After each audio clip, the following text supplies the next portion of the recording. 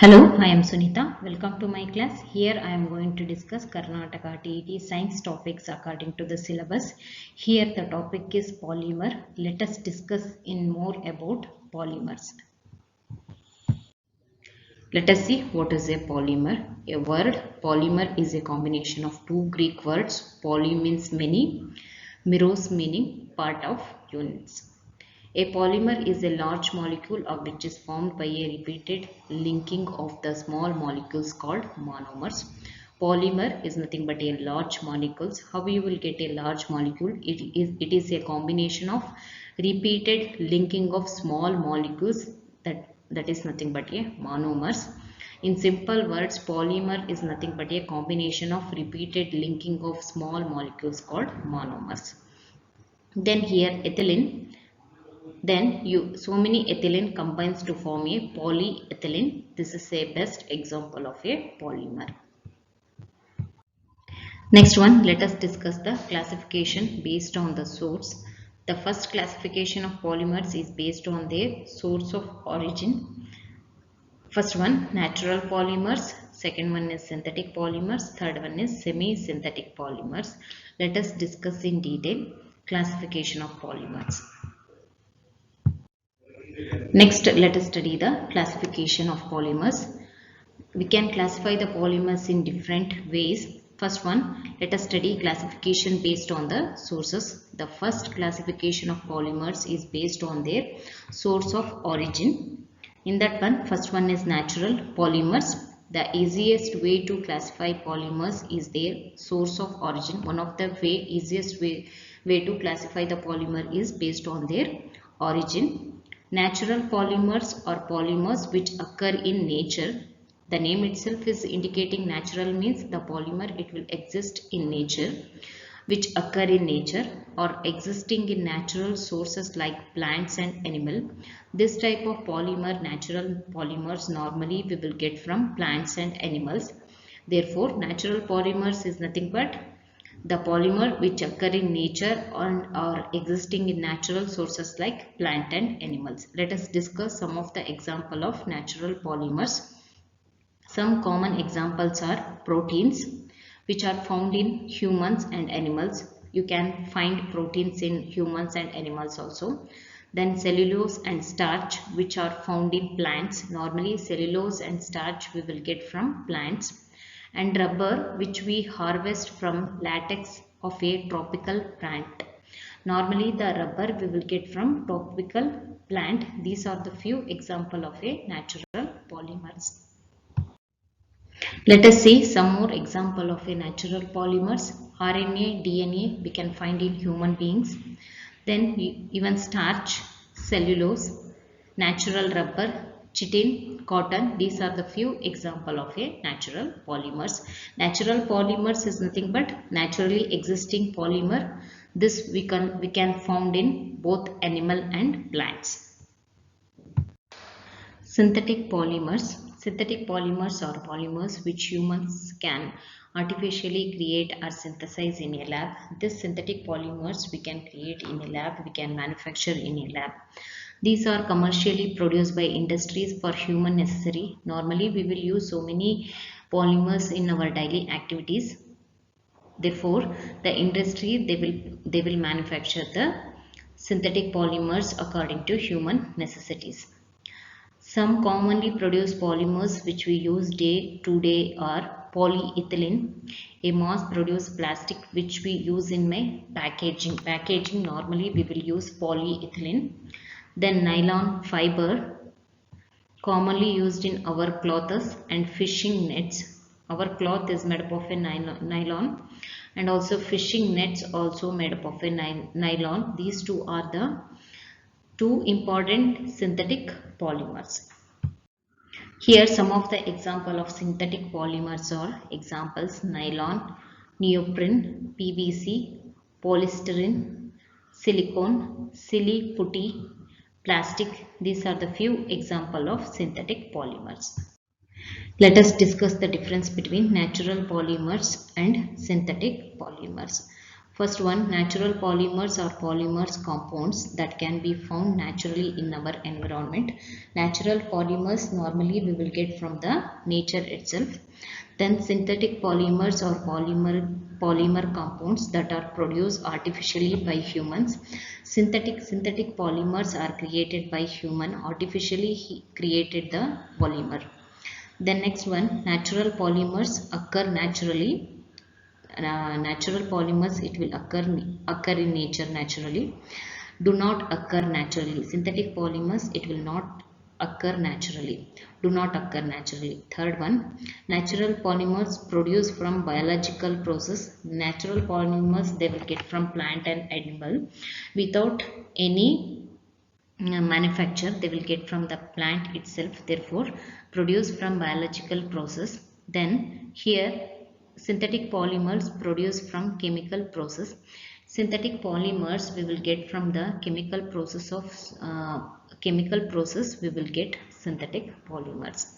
Then natural polymers, most polymers are easily degraded by a biological process. Normally all of the natural polymers, they will get degraded easily in the nature, but synthetic polymer, most polymers are hard to degrade naturally by biological process.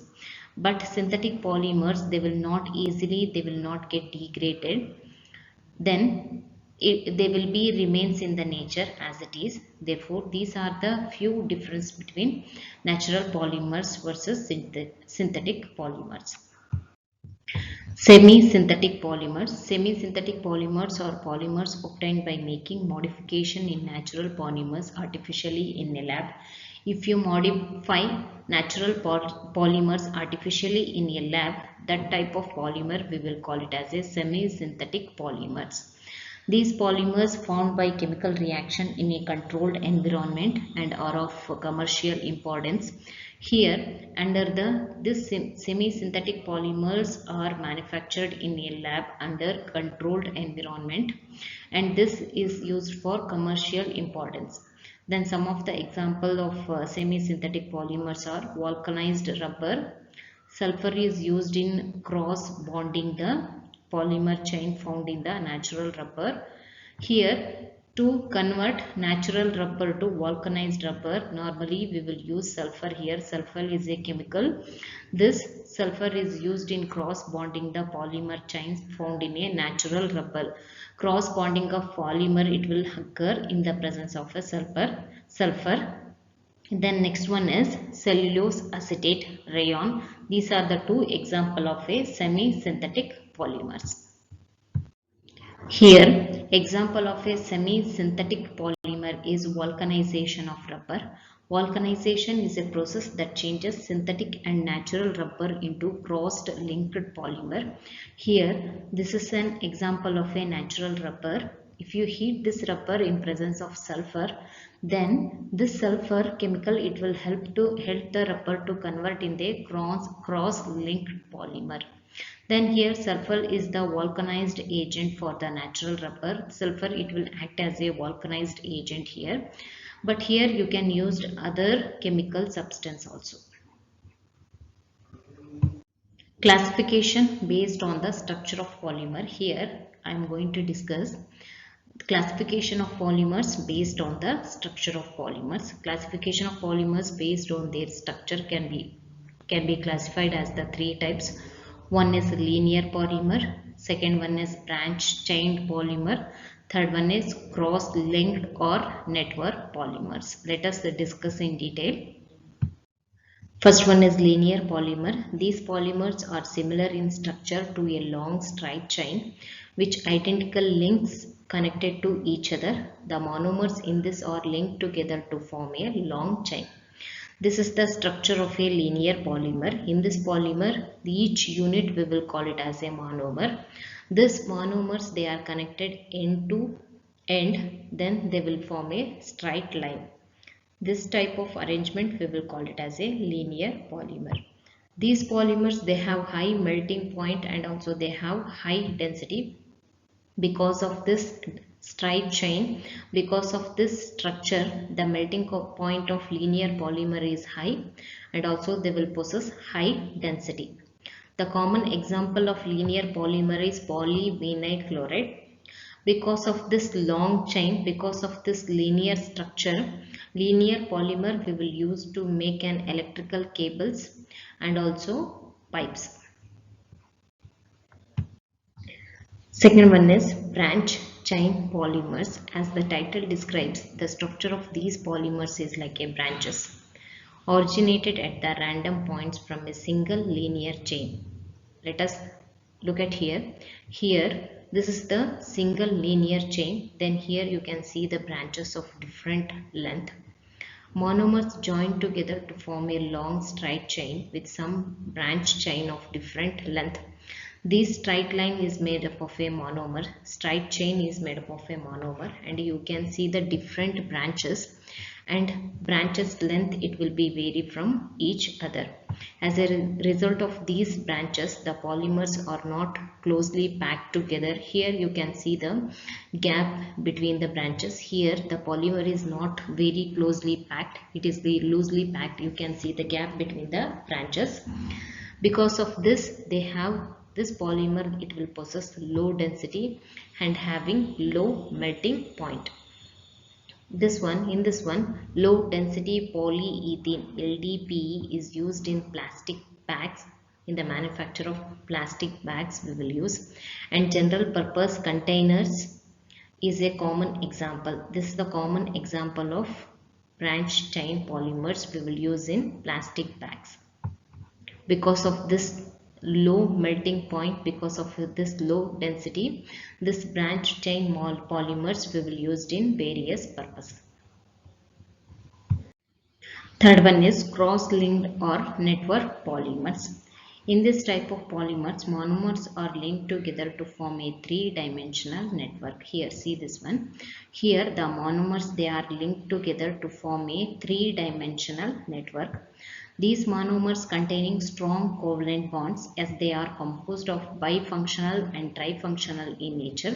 These monomers, they are linked together by covalent bond, very strong covalent bond, and also it is composed of bifunctional means two functional, trifunctional means three functional in nature. These polymers are very brittle and hard. Because of this, cross-linked or network polymer, otherwise they are made up of a strong covalent bond. This type of polymer, they are brittle and very hard. For example, bakelite and also melamine, they are the two best example of a cross-linked or network polymer. Bakelite, they are used in electrical insulators. Next one, properties of a polymers. Let us study physical properties of a polymer. First one, as chain length and cross linking increases, the tensile strength of the polymer it will be increases. You know, polymer it will exist in three types. One is linear polymer, another one is branched polymer, third one is cross linked polymer. In the case of a cross linked polymer, the chain length and cross length, if it is increases, then the tensile strength of the polymer it will be increases. Then next one, polymer do not melt, they change state from crystalline to semi-crystalline. Because the polymer it is made up of a cross link and branch, therefore easily it will not get melt, only it will change the state from crystalline to semi-crystalline. Let us discuss more about physical properties of a polymer. The physical property of a polymer, such as its strength and flexibility, it will be depends upon.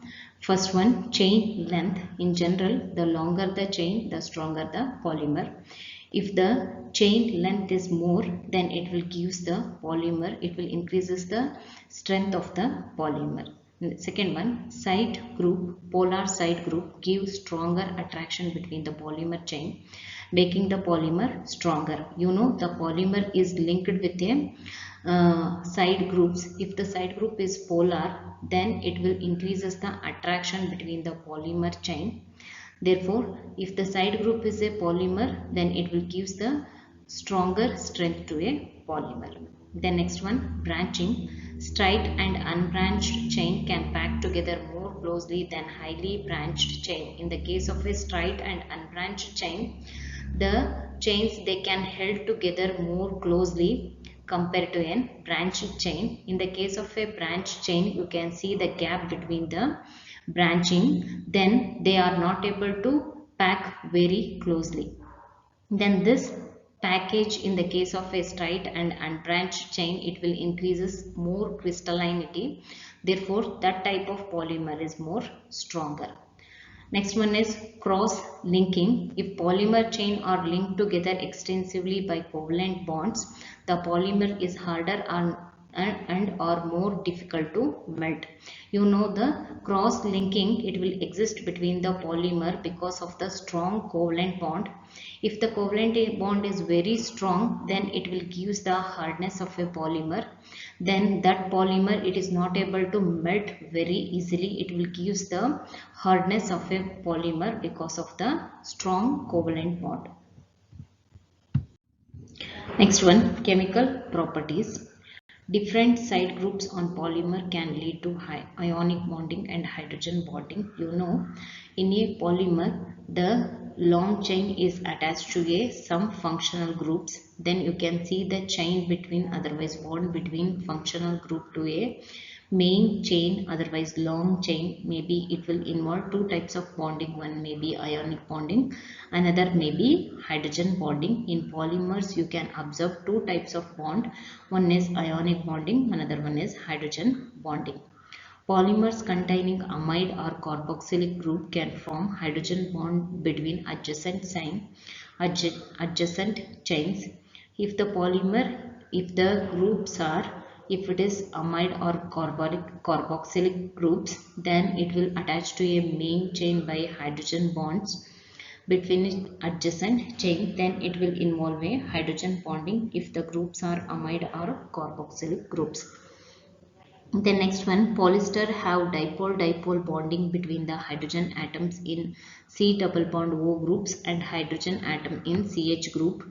You can see dipole-dipole bonding in C double bond O groups and hydrogen atoms in CH groups. Then here one more important thing you have to remember, dipole bonding is not as stronger as hydrogen bonding. Hydrogen bonding is stronger, dipole bond is not stronger compared to hydrogen bonding. Next one, optical properties of polymers. You know, many plastic they have excellent transparency. Almost all the particles they will be intransparent in nature. Here consider the surface of a plastic.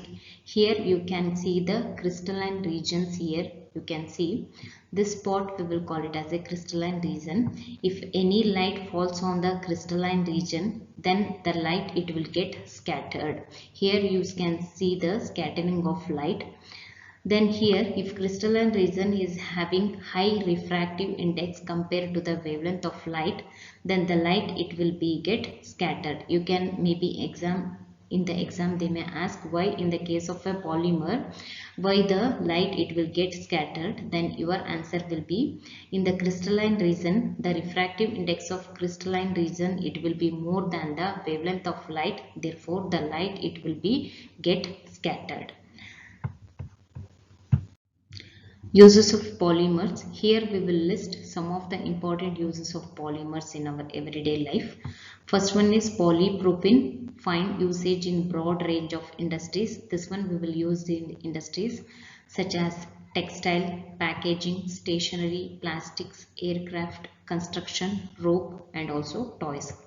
Then second one is polystyrene. This is also one of the most common plastic actively used in packaging industry. Bottles, toys, container, trays, disposable glasses and plastic and TV cables and LEDs are almost or all made up of a polystyrene. Then some of the daily used products made up of polystyrene. It is also used as an insulator. Polystyrene, this will be used as an insulator. Then third one, the most important use of polyvinyl chloride is the manufacture of sewage pipes. Polyvinyl chloride we will used in the manufacture of sewage pipes. It is also used as an insulator in an electrical cables. Polyvinyl chloride we will use as an insulator in the electrical cables.